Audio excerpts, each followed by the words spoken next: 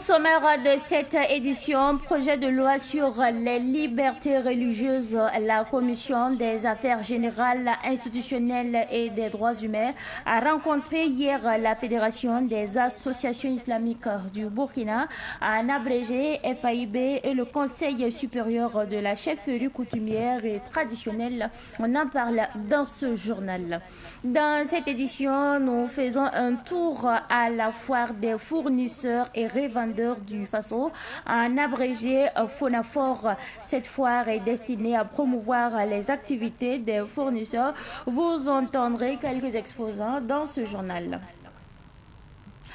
Mesdames et messieurs, bonsoir et bienvenue à ce rendez-vous consacré donc à l'actualité sur Savane TV. Comme annoncé en titre, la Commission des affaires générales, institutionnelles et des droits humains de l'Assemblée législative du peuple était en pleine concertation avec des acteurs au sujet du projet de loi sur les libertés religieuses. La Commission a auditionné la Fédération des associations islamiques du Burkina, FAIB, et le Conseil supérieur de la chefferie coutumière et traditionnelle. Les deux structures religieuses ont donné leur avis et fait des propositions pour une amélioration du texte, ce qui permettra justement de bien encadrer l'exercice du culte au Burkina Faso. La commission épiscopale justice et paix en abrégé CJP Burkina a célébré dans la nuit d'hier à aujourd'hui l'excellence journalistique au service de la paix et de la cohésion sociale avec des prix spéciaux et officiels à l'occasion de la 5e édition du prix des journalistes pour la paix et la cohésion sociale.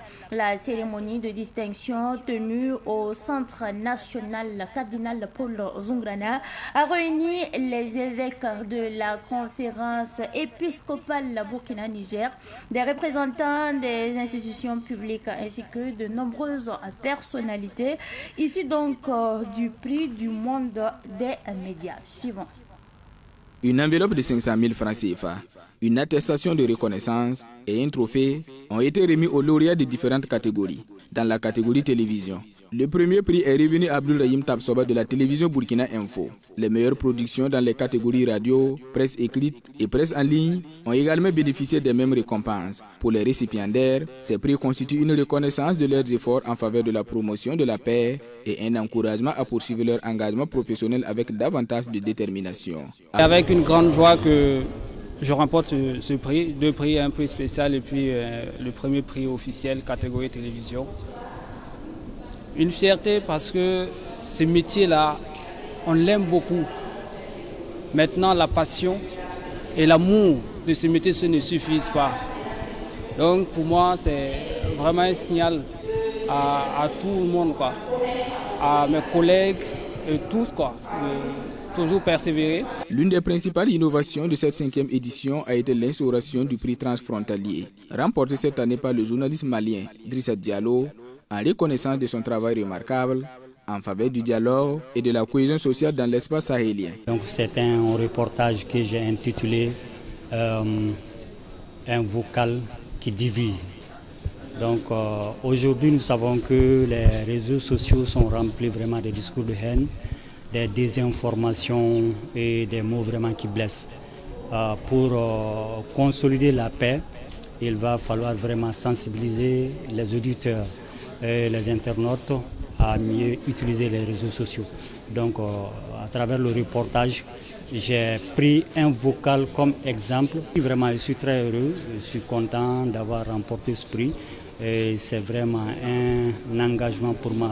Ce prix m'encourage encore de multiplier vraiment des documentations et aussi des recherches. Pour la Commission épiscopale de justice et paix, cette 5e édition est un véritable succès. L'institution a salué la qualité des productions soumises et a exhorté les professionnels des médias à renforcer leur contribution à la promotion de la paix, du vivre ensemble et de la cohésion sociale à travers leurs œuvres.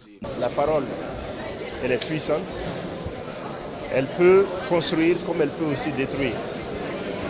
Il est important que dans une situation comme la nôtre, que nous vivons dans tout le Sahel, nous puissions favoriser l'usage positif, efficace de cette parole dans la construction de la paix. Et notre joie, c'est que cette année, le prix est devenu un prix régional.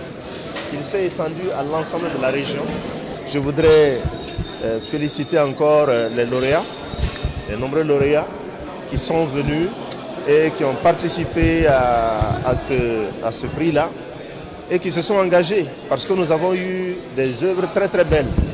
Le conseiller spécial du président du Faso, chargé des questions de cohésion sociale, a pour sa part exprimé sa satisfaction quant à la tenue de cet événement. Il a rappelé le rôle essentiel des médias dans la consolidation du tissu social et dans la construction d'une société apaisée et résiliente. Donner du prix à des journalistes dans ce contexte est très très capital parce que ce sont des messagers et ces messages, comme je vous l'ai dit, peuvent être source de cohésion sociale, de paix, de patriotisme, mais ça peut être également source de division. Donc sélectionner ceux qui, parmi donc ce pouvoir de presse, ce pouvoir qui soit écrit, télévisuel, pour encourager ceux qui sont excellents dans le domaine de la paix, de la cohésion sociale et du vivre ensemble harmonieux, c'est une très bonne chose. Pour rappel, la commission épiscopale Justice et Paix du Burkina Faso, qui assure la mise en œuvre des activités de l'initiative Paix au Sahel, organise depuis 2022 le prix des journalistes pour la paix et la cohésion sociale. Cette initiative vise à renforcer l'implication des hommes et femmes des médias dans la promotion de la paix, du dialogue et de la cohésion sociale au Burkina Faso et dans la région sahélienne. Face à la flambée du prix du ciment au Burkina Faso, la brigade mobile de contrôle économique et de répression des fraudes en abrégé, BMCRF, monte au créneau. Pour la BMCRF, des mesures sont prises pour donc renforcer le contrôle sur le marché et les contrevenants seront purement et simplement sanctionnés. La population, quant à elle, est invitée donc à dénoncer les pratiques contraires à la réglementation. Écoutons à présent le coordonnateur général de la BMCRF, Sanibi Fao. Cela fait maintenant quelques mois que notre pays fait face à une pénurie de ciment sur le marché national. Et cette pénurie serait liée à un certain nombre de facteurs et qui affectent la production nationale, entraînant de facto une spéculation sur les prix du ciment venant de certains distributeurs. Des perturbations de l'alimentation énergétique, notamment des délestages et surtout des baisses de tension. Également aussi la baisse de l'offre des camions liés en partie au déclassement des camions hors gabarit. Nous avons aussi la forte demande venant des consommateurs au regard des différents sentiers de construction en cours. Et cette situation continue de susciter de vives préoccupations au sein des populations, compte tenu de l'importance stratégique du ciment dans le secteur du bâtiment. Des opérations de contrôle ont été régulièrement conduites sur l'ensemble du territoire afin de lutter contre la spéculation, les pratiques frauduleuses et toute forme de concurrence déloyale susceptible de porter atteinte aux intérêts des consommateurs. Le gouvernement a poursuivi le suivi rapproché de la production, de la distribution et de la commercialisation du ciment. Une attention particulière a été accordée à la transparence des circuits de distribution, ainsi qu'à la disponibilité du produit sur le marché national dont les prix demeurent inchangés, soit 100 000 francs la tonne pour les CPJ 35 et 115 000 francs la tonne pour le PPA 45. Ainsi, tous les acteurs, des cimenteries aux distributeurs, en passant par les grossistes, devront désormais fournir toutes les informations sur les stocks produits et mis dans les circuits de distribution. À partir du 11 juin 2026, Tout camion sorti d'usine ou aperçu en circulation sans les documents nécessaires verra son chargement saisi et confisqué. Et tous les acteurs impliqués seront sanctionnés conformément à la réglementation en vigueur. Aux populations, le gouvernement adresse un message de sérénité, mais un de collaboration, en les invitant à dénoncer toute pratique contraire à la réglementation à travers les numéros verts, les 80 00 11 84, les 80 00 11 85 et les 80 00 11 86. Cette fois-ci, nous déposons nos valises au Siarou à quelques jours de la fin de la foire des fournisseurs et revendeurs du Faso. En abrégé, Fonafor, les exposants et partenaires animent la foire. Cette foire est une perche tendue à ces exposants pour présenter leur savoir-faire.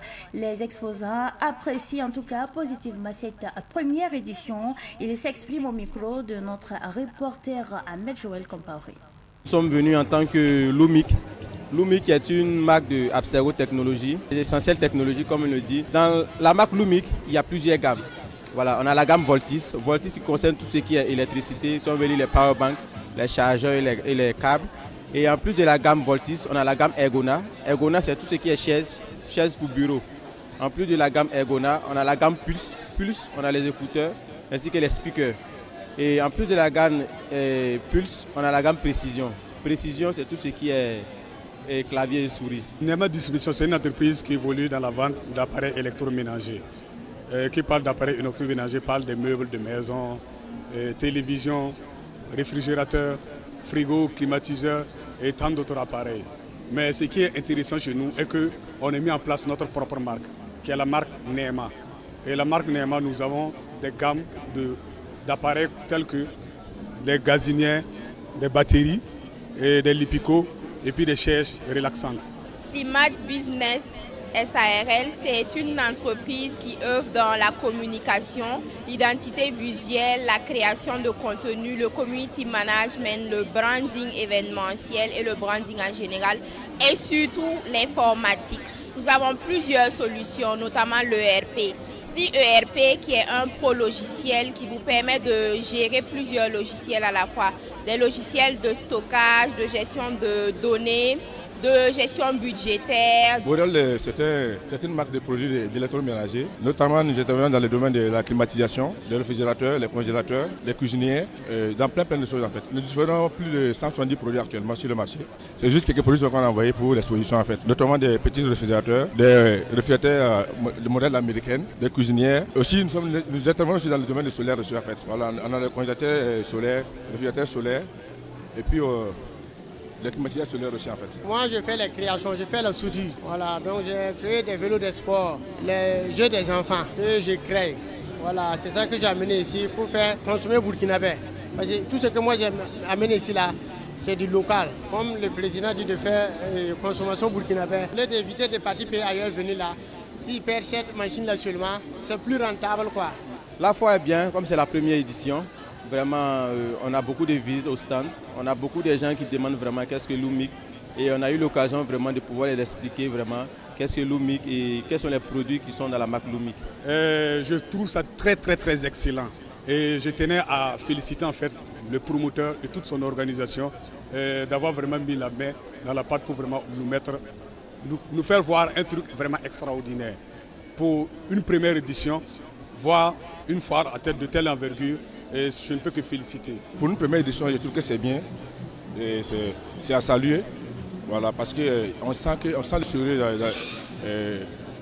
dans l'activité en fait. Voilà, le promoteur, vraiment, je retire mon chapeau. Pour une première fois, franchement, c'est pour lui. La foire est bien. On donne les cartes de visite, ça enlève un peu. Sinon, la foire est bien. La Fonafor est une initiative à encourager. Elle permet de réunir fournisseurs et investisseurs. C'est vraiment un endroit qui permet de nouer des partenariats, de faire du B2B et de développer son business. La musique est également au menu de l'actualité de ce soir et nous parlons justement de l'artiste musicienne Natou Baswidga qui a présenté hier son 5e album. C'est un album baptisé Zemestaba qui veut dire entente en français. Dans cet album, Natou Baswidga invite les Burkinabés à taire les divergences et à parler Burkina Faso, rien que Burkina Faso. La dédicace de l'album Zemestaba s'est déroulée hier au quartier Bonheurville, dans l'arrondissement 6 de la ville de Ouagadougou. Retour donc sur le film de la dédicace avec notre reporter Samuel Moko.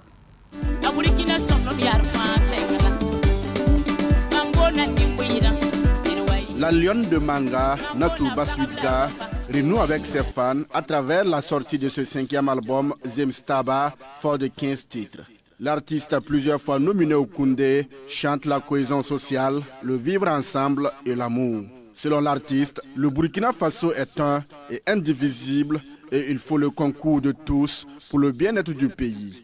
Zemestaba veut dire entente et est entièrement chanté en langue nationale comme le moré, le djoula et bien d'autres. 5e album là, quand vous-même vous regardez, vous voyez que c'est romantique. C'est pas comme les autres que je faisais. Le message c'est pour dire la cohésion sociale, l'amour, il y a tout.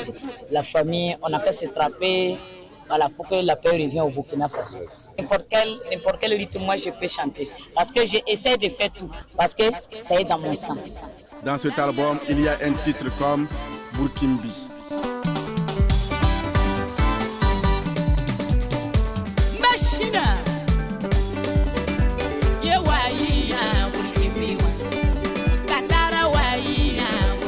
Et Nab Samande.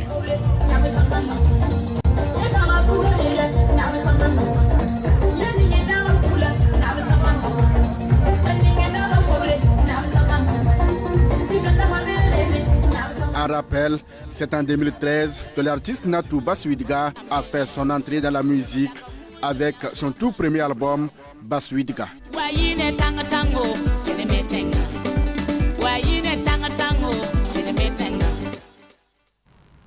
Actualité internationale, le premier vice-président de l'Assemblée nationale du Sénégal a jeté l'éponge ce vendredi. Dr Ismaïla Diallo justifie cette décision par devoir de responsabilité et de fidélité à son engagement. Il a affirmé, je cite, « J'ai décidé de démissionner de mes fonctions de premier vice-président de l'Assemblée nationale. Cette décision s'inscrit dans un esprit de responsabilité et de fidélité à mon engagement. Je tiens à exprimer mes sincères remerciements à mes collègues députés pour leur confiance, leur collaboration et les échanges fructueux que nous avons eus dans l'exercice de cette responsabilité. J'exprime également toute ma gratitude au peuple sénégalais pour son soutien constant et sa confiance. En tant que député, je continuerai à porter la voix de nos concitoyens avec la même disponibilité et le même engagement. Fin de citation. Et cette pensée, avant donc de refermer cette édition, si tu penses que tu as des problèmes, rappelle-toi qu'il y a des gens qui continuent de rembourser le prêt de leur mariage alors qu'ils ont divorcé, alors que ceux qui ont des oreilles entendent. C'est donc tout pour cette édition que j'ai pris en tout cas du plaisir à vous présenter. Merci à vous pour votre constante fidélité. Bonsoir et bon début de week-end à toutes et à tous.